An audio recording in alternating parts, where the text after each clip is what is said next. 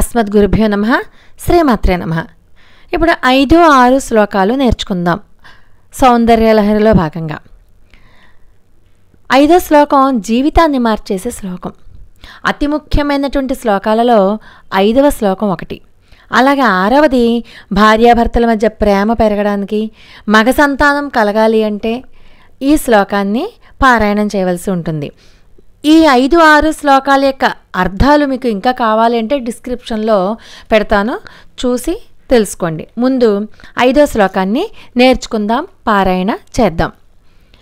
హరిస్త్వామారాధ్య ప్రణతజన సౌభాగ్య జననీం పురానారీ భూత్వా పురరిపుమపి క్షోభమనయత్ స్మరోపి త్వాం నత్వా రతినైనలైహేన వపుషా మునీనామప్యంతః ప్రభవతి మోహాయ మహతాం.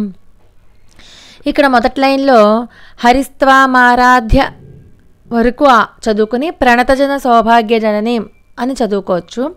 లేకపోతే పూర్తిగా హరిస్త్వామారాధ్య ప్రణతజన సౌభాగ్య జననీం అనొచ్చు. అంతేగాని హరిస్త్వా దగ్గర ఆపకండి, అక్కడ సంధి వచ్చింది కదా, అలా ఆపకూడదు.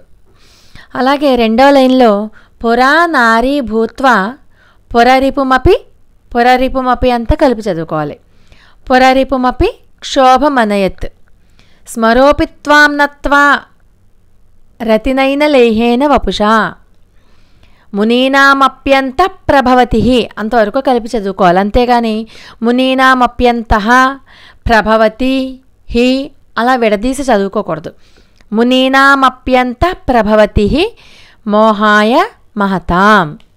ఇంకొకసారి మళ్ళీ హరిస్త్వామారాధ్య ప్రణతజన సౌభాగ్య జననీం పురానారీ భూత్వా పురరిపుమపి క్షోభమనయత్ స్మరోపి త్వాం నత్వా రతినయనలేహేన వపుషా మునీనామప్యంతః ప్రభవతి మోహాయ మహతాం. అంటే సకల సౌభాగ్యాలు సర్వసౌభాగ్యాలు ఇవ్వడమే కాకుండా మన జీవితాన్ని మార్చేస్తుంది ఈ శ్లోకం కనుక నిరంతరము పారాయణ చేస్తే. అలాగే 6వ శ్లోకం అమ్మవారి యొక్క దయ. ధను పౌష్పం మౌర్వి మధుకరమయీ పంచవిశిఖాః. మొదటి లైన్లోనే చూడండి, ధనుహు అని ఉంది కదా, ధనుహు అని చదవకూడదు. ధను పౌష్పం మౌర్వి మధుకరమయీ పంచవిశిఖాః. విశిఖాః అన్నప్పుడు స్పష్టంగా విసర్గ తెలిసేలాగా పలకాలి. వసంత సామంతో అది కలిపి చదువుకోవాలి. వసంత సామంతో మలయ మరుదాయోధన రథః.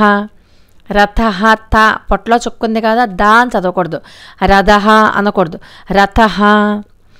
తథాప్యేక సర్వం హిమగిరిసుతే కామపి కృపాం అపాంగాత్తే లబ్ధ్వా జగదిదమనంగో విజయతే.